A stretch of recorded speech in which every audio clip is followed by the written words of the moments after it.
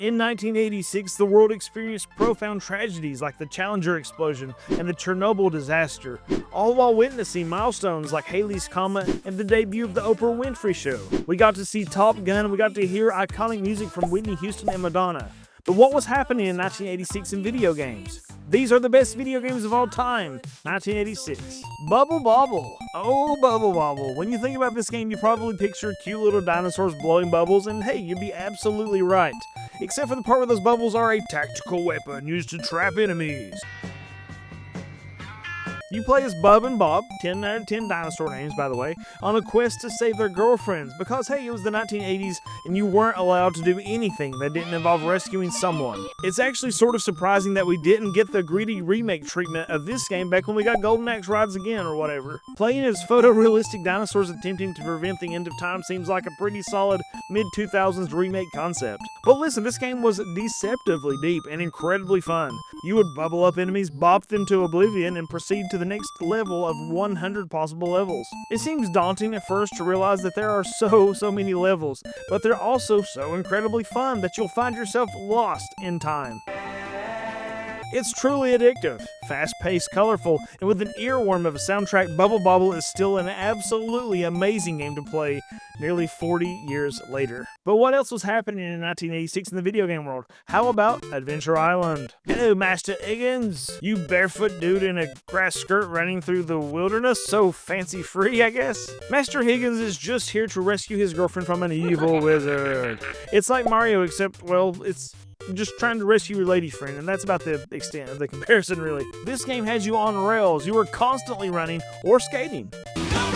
Forget timers, those don't cause as much anxiety for me as this sort of stage. I know that time runs out for everyone and that's a little dark, but I also have the autonomy to stop, but not in this game. Go. At least Master Higgins gets some yum yum for his tum-tum. The real struggle in this game isn't dodging boulders, fireballs, or annoying snails, but trying to make sure that Higgins doesn't pass out from hunger. Maybe he's like the Flash and his metabolism is absolutely rolling because, you know, he can't stop. I know it's a product of popularity of skateboards at the time, but it sure made skateboards look cool in the middle of an island jungle, which, sure, why not? Adventure Island doesn't care about logic. It's about sitting on the beach with your lady friend and enjoying the sunset.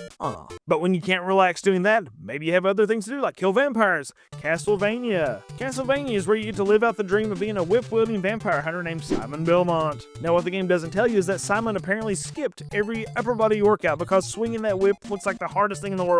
You're fighting Dracula and his monster gang with the finesse of someone swinging a wet noodle. But hey, we do what we gotta do. 10,000 lashes with a wet noodle ought to take care of Dracula. This game is gothic horror at its finest with music that absolutely slaps your mother. You battled skeletons, mummies, and Medusa heads. Oh no, those Medusa heads, they still haunt me. This is all on your quest to take down the big bad vampire himself, Dracula. Castlevania wasn't just a game, it was a vibe. It didn't matter how many times you fell into a pit or how annoying the stairs were, the game was dark, gritty, and unapologetically cool. This is one of my favorite series of all time, and I absolutely adored it, and this is where it started. But everything's cool until you get punched in the mouth. Mike Tyson's Punch-Out! This game was basically Rocky for your thumbs. Little Mac, the most improbable boxing champ in history. Seriously, this guy's like 4 foot nothing. Is out here battling against the biggest, the meanest dudes you've ever seen, except for maybe Glass Joe. And you know what? We love him for it. Who knew that dodging punches and uppercutting people on the NES could be so satisfying? The star of the show, of course, was Mike Tyson himself, Iron Mike.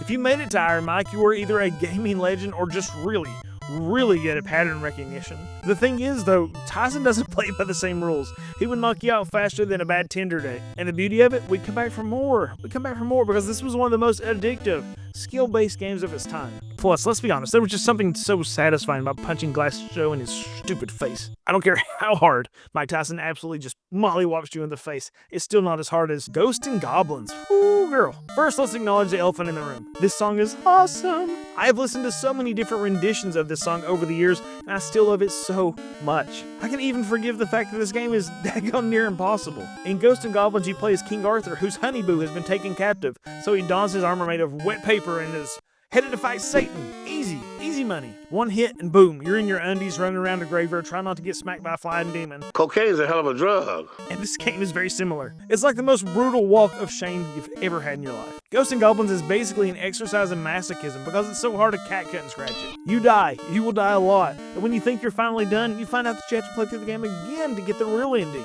Because it's Satan. You can't trust Satan. But for all the frustration, this game was iconic. It had tight controls, spooky atmosphere, and a soundtrack that could haunt your dreams in the absolute best way. If you beat this game, you deserve the medal. Not a medal, the medal. You deserve all medals. I screwed up. Ghosts and Goblins came out on the NES in 1987 and in the arcades in 1985. Please forgive me. Cue the shame reel. Shame! Cotton-headed ninny muggins. Bubble-blowing dinosaurs, evil wizards, vampire hunters, haymakers, and medieval underwear runs. What am I missing here? These are the most iconic games of 1986.